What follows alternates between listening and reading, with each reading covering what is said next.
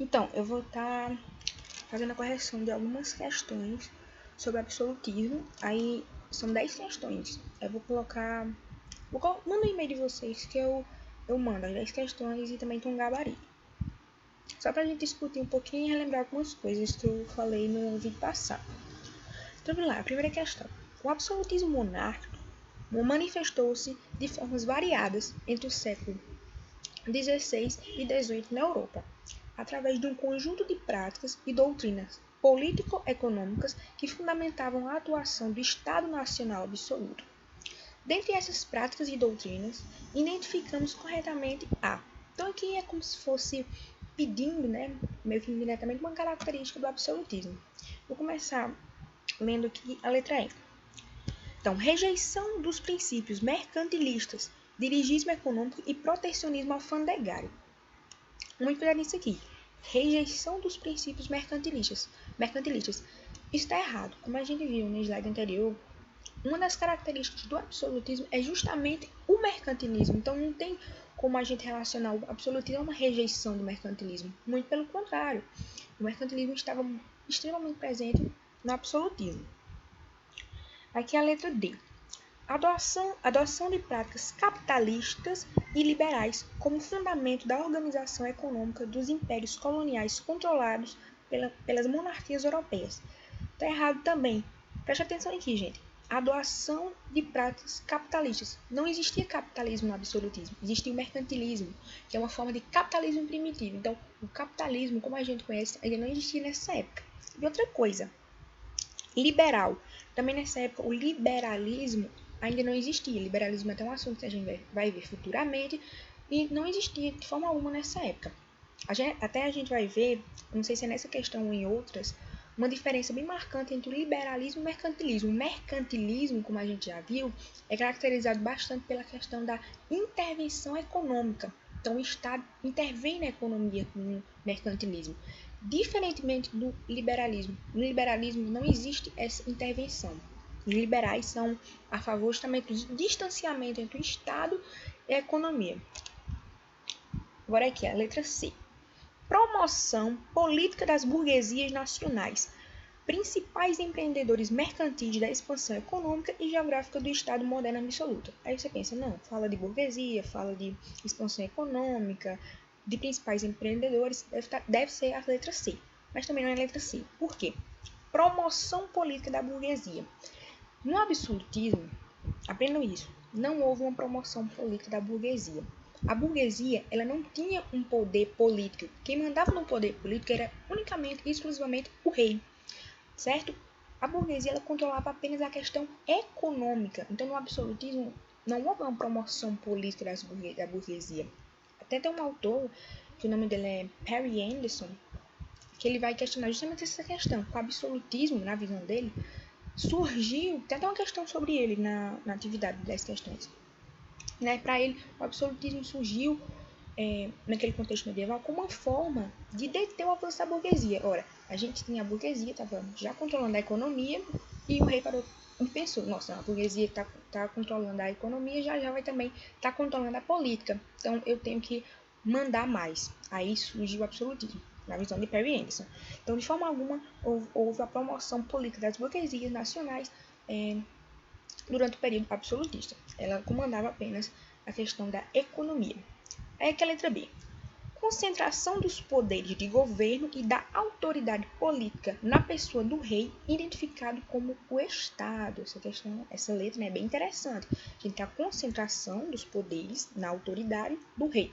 Mas vamos para a letra A. Condenação da doutrina política medieval que justificava a autoridade monarca absoluta através do direito divino dos reis.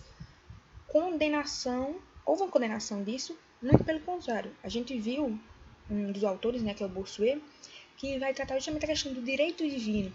O rei, no absolutismo, ele, na visão dos religiosos, estava ali comandando porque é um direito divino. Ele é a representação de Deus na Terra. Então, de forma alguma, houve uma condenação. Então, estaria correta aí, no caso, a letra B. Concentração dos poderes do governo e da autoridade política na pessoa do rei, identificado como o Estado. essa questão aqui, essa questão tem uma imagem, para um tempinho, para vocês analisarem ela. A gente tem que, eu acredito que esse rei seja Luís XIV. Luís XIV é justamente isso. Na França, o rei Luís XIV teve sua imagem fabricada por um conjunto de estratégias que visavam sedimentar uma determinada noção de soberania. Nesse sentido, a charge apresentada demonstra. Antes de eu explicar essa questão e ir para as alternativas, é bom a gente ter noção do que esse cara, Luís XIV, representou. Ele foi um rei absolutista francês, ele é o máximo assim, do absolutismo. É dele a frase, eu sou o Estado, né? O Estado sou eu. Esse rei, porque ele foi o máximo do absolutismo. Além dessa frase que ele citou, já personificando muita coisa do que ele era, foi também, nesse governo dele, ficou bastante caracterizada a questão da figura do rei. Sabe, agora o rei não é apenas uma entidade política, também tem a questão da imagem do rei. Então o rei tem que ser pomposo, tem que mostrar suas riquezas, tá? Construiu-se aí, a partir do absolutismo, uma imagem do rei, não apenas política, mas também essa imagem dele como uma, entre aspas, celebridade. Acho que vocês estão me entendendo essa questão, onde é que eu tô querendo chegar. Mas enfim, letra A. Nesse sentido, a charge apresentada demonstra, né? A gente tem o rei aqui todo pimposo, aí a gente tem um homem aqui sem nada e a gente vai ter o rei mais uma vez. Então, letra A. A humanidade do rei, pois retrata um homem comum sem os adornos propícios à vestimenta real. Essa questão, ela é até do Enem, ela não é uma questão muito de você olhar para a imagem e dizer, não. Ela é mais assim, você saber o contexto político no qual Luís XIV estava inserido, a questão do absolutismo, aí você consegue resolver ela, vocês irão ver. Letra B. A unidade entre o público e o privado, pois a figura do rei com a vestimenta real representa o público e sem a vestimenta real, o privado. Letra C. O vínculo entre a monarquia e o povo, pois leva ao conhecimento do público a figura de um rei despretensioso e distante do poder político. Né? O que vocês acham? Que o absolutismo tinha essa questão do rei distante do poder político? Letra D. O gosto estético refinado do rei, pois evidencia a elegância dos trajes reais em relação aos de outros membros da corte. Essa questão está até interessante, essa letra D, mas é uma questão do Enem, tem a mais correta. Aí vamos para a letra E.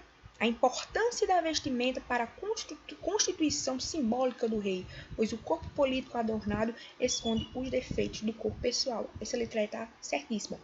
Ela se encaixa não apenas com a imagem, mas também com o contexto político e histórico da época, e também com a época que Luís XIV viveu como sendo um rei absolutista. Então, ela se encaixa perfeitamente nessa definição. Então, essa questão, ela mais do que interpretação, ela é você saber o que estava acontecendo naquela época.